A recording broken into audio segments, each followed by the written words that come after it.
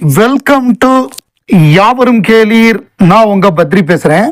உலகநாயகன் கமல்ஹாசன் அவர் அடுத்தவங்களை மோட்டிவேட் பண்றது அப்படிங்கிறது அவருக்கு ரொம்ப பிடிச்ச விஷயம். அது இயல்பாகவே அவருடைய ரத்தத்திலேயே ஊர்னது. அதுக்கு பல்வேறு உதாரணங்கள் சொல்லலாம். அதுக்கு உதாரணமாக இப்போ நான் நேத்திக்கு பிக் பாஸ் சம்பந்தமான வீடியோஸ் ஃபேஸ்புக்கில் ட்விட்டரில் போட்டிருந்தாங்க. அதில் குறிப்பாக சோம்சேகர் அப்படின்னு ஒரு கண்டஸ்டன்ட்டு. அவர் ஒரு பாக்ஸர்.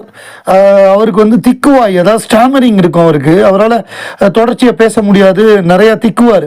அப்படிப்பட்ட ஒருத்தர். அவர் வீக்கெண்ட்லலாம் பேச ரொம்ப சிரமப்பட்டுக்கிட்டு இருந்தார். ஒரு முறை அவர் எந்திரிச்சு நின்று பேசும்பொழுது கமல் சார் என்ன சொன்னார் அப்படின்னா, சார் என்னை யாருக்கு முன்னாடி தெரியாது. என்னோட பாக்ஸிங் டேலண்ட் ஆகட்டும், என்னோட காமெடி விஷயங்களாகட்டும் யாருக்கும் தெரியாது. இப்போ நான் நல்லா பேசிட்டேன்னு நினைக்கிறேன் அப்படின்னு அவர் சொல்லுவார். அப்போ கமல் சார் சொல்லுவார், ரொம்ப நல்லா பேசுனீங்க, நீங்கள் திக்கலை, ஆனால் டைம் எடுத்து அழகாக பேசுனீங்க நீங்கள். அதாவது அதுக்கு பாராட்டு சொல்லிட்டு, இது உங்களை இப்போ எல்லாருக்குமே தெரிஞ்சு போச்சு. இப்போ நீங்கள் வெளியேறினா கூட நீங்கள் ஜெயிச்சிட்டீங்க.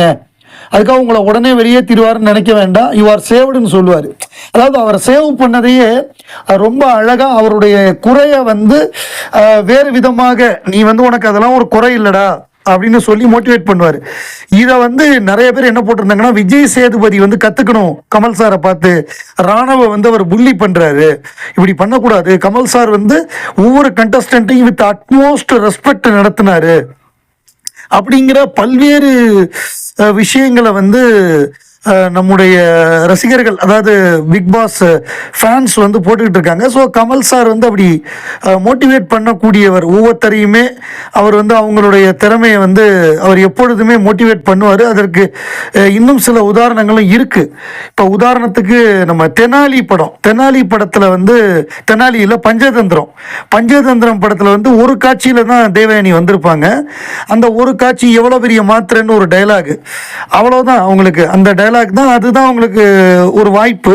அதை வேற யாரோ டப்பிங் பேசியிருக்காங்க. கமல் சார் என்ன சொல்லியிருக்காரு, ஷூட்டிங்லேயே இதுக்கு தேவயானியை பேச வைங்கன்னு ஒன்று வேற யாரோ ஒத்துவல்ல.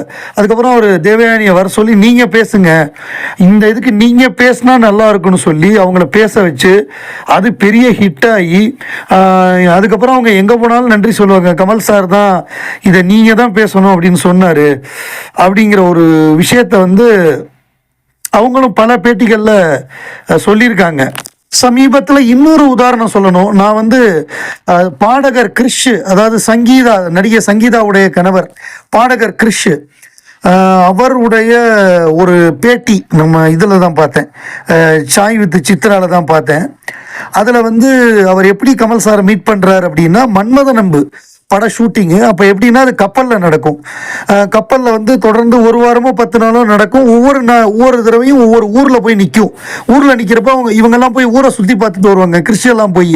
அப்போ ஒவ்வொரு முறையும் லஞ்சு பிரேக்ஃபாஸ்ட்டு டின்னர் சாப்பிட்றப்ப, தம்பி கிறிஸ் தம்பியை வர சொல்லுங்க மரம் கமல் சார், எனக்கு பக்கத்தில் உட்காந்து சாப்பிட சொல்லுங்கன்னு சொல்லி அவர் மேலே ரொம்ப பாசமாக இருப்பார். அவருக்கு பாடிலாம் காமிச்சிருக்காரு.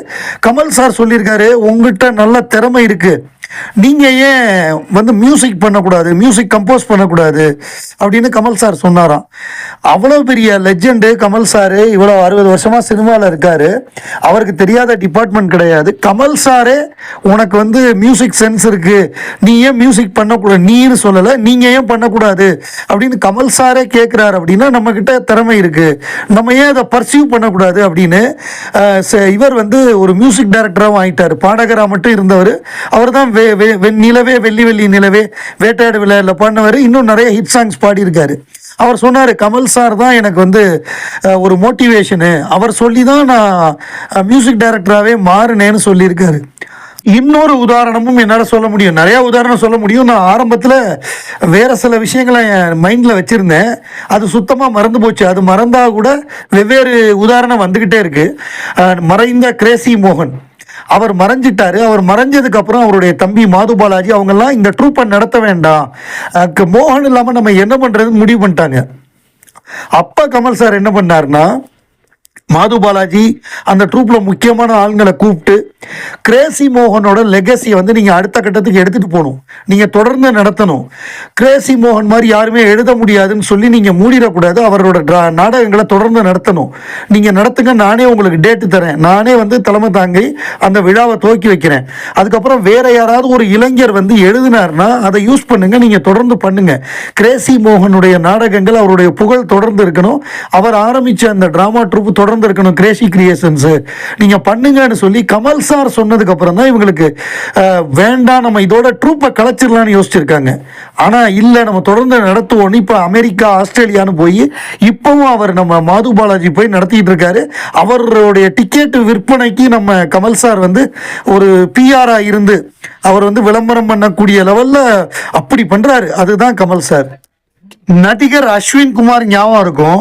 அஸ்வின் குமார் வந்து குக்கு வித்து கோமாளியில் வந்தார். அதுக்கப்புறம் அஸ்வின் குமார் லக்ஷ்மிகாந்தன் குக்கு வித்து கோமாளியில் வந்தார். அதில் பாப்புலர் ஆனால் அதுக்கப்புறம் அவர் கதாநாயகன் ஆனார். அவரை வச்சு செம்பி அப்படின்னு ஒரு படத்தை வந்து நம்ம தயாரிப்பாளர் ரவீந்திரன், ட்ரைடன்ட் மீடியா ரவீந்திரன் எடுத்தார். அதுக்கு முன்னாடி வந்து அவருக்கு வந்து ஸ்லீப்பிங் ஸ்டார் அப்படின்னு ஒரு பட்டம் கொடுத்தாங்க. அவர் என்ன சொன்னார்னா, நிறைய பேர் வந்து கதை சொன்னாங்க, அந்த கதையெல்லாம் ஒரு பேச தெரியாமல் பேசிட்டார். ஒரு மீடியாவில் எப்படி பேசணும் அப்படின்னு பேச தெரியாமல் அவர் பேசிட்டாரு.